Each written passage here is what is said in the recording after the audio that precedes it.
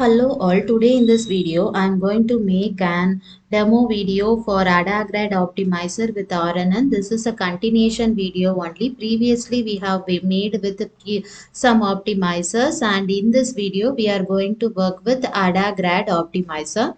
So for that, initially we are importing the libraries which we are needed, and then we are loading the data set. The data set which we have used is heart disease data set.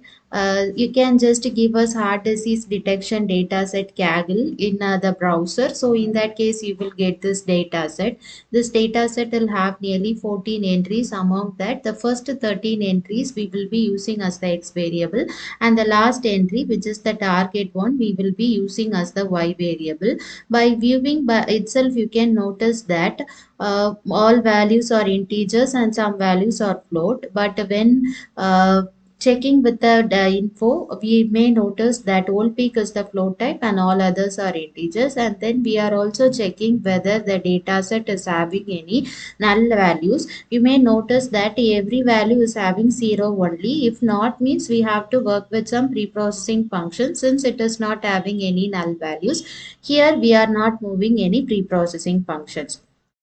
Then we are displaying the heat map of the data set. So this is the heat map of the data set. Then we are declaring the X variable and Y variable. As I said, in X variable, we will be using every variable apart from target. So we are dropping the target for X variable, and within Y variable, we are using only the target variable.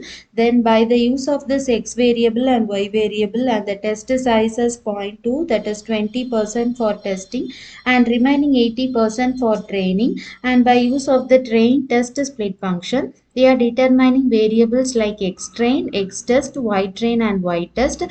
Here we are using the standard scalar for conversion of vectors to the variables like xtrain and xtest. Then we are getting the shape of xtrain. Why? Because this shape we will be using as the input shape within the layer contribution. And also RNN, some neural networks algorithms will accept with only three-dimensional shape. So we have to convert this two-dimensional shape into three-dimensional. For that, we are using this reshape function, and this reshape function is converting this two-dimensional to three-dimensional. You may notice that previously it is two-dimensional and now it is three-dimensional. This three-dimensional data we are using as the input shape within the RNN layer. So this is the layer contribution of the RNN layer. It is having simple RNN layer, sequential layer and dense layer. Within that we are calling the kernels, then input shape activation as ReLU, and in the dense layer we are calling the output dimension. Here the output dimension is 1. Why? Because this is a binary classification work. If it is a multi-class classification work, means this 1 will be replaced by the number of classes we are having.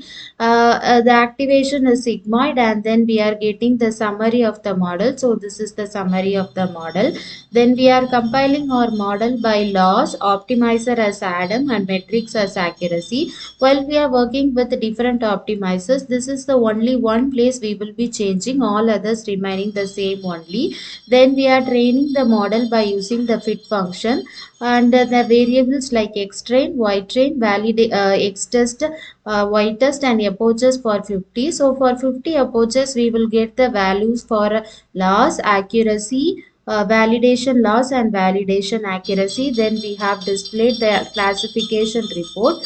With classification report, we will get the values like precision, recall, F1 score, support, accuracy, macro average and weighted average.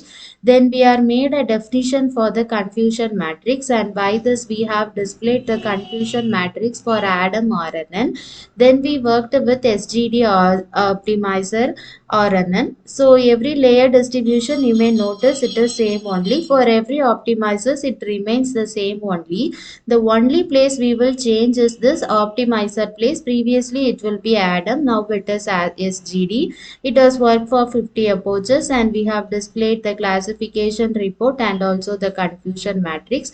Then we have worked with rmsprop. Here we are replacing the optimizer as rmsprop, and we have worked for nearly 50 approaches and displayed the classification report and also the confusion matrix. Then we have worked with adadelta optimizer, and we are replacing the optimizer as adadelta, and we are working for nearly 50 approaches, and we have displayed the classification report and also the confusion matrix. In this work we are working with adagrad optimizer, so the layer contribution and all the same only difference is the optimizer. It is work for nearly 50 approaches. You may notice it is work for nearly 50 approaches. Then we are displaying the classification report and also the confusion matrix. Then we are making a comparison of the different optimizers which we are made so far. So this is the graph. In this we are displaying the comparison for training accuracy, validation accuracy, training loss and validation loss. Mostly the optimizers like Adam and this rmsprop is providing higher accuracy. Then comes this SGD. It is providing some higher the it comes other two Adam and rmsprop. Then this one, which is the adagrad. You may notice this is the one adagrad. So it is showing some accuracy less than this SGD.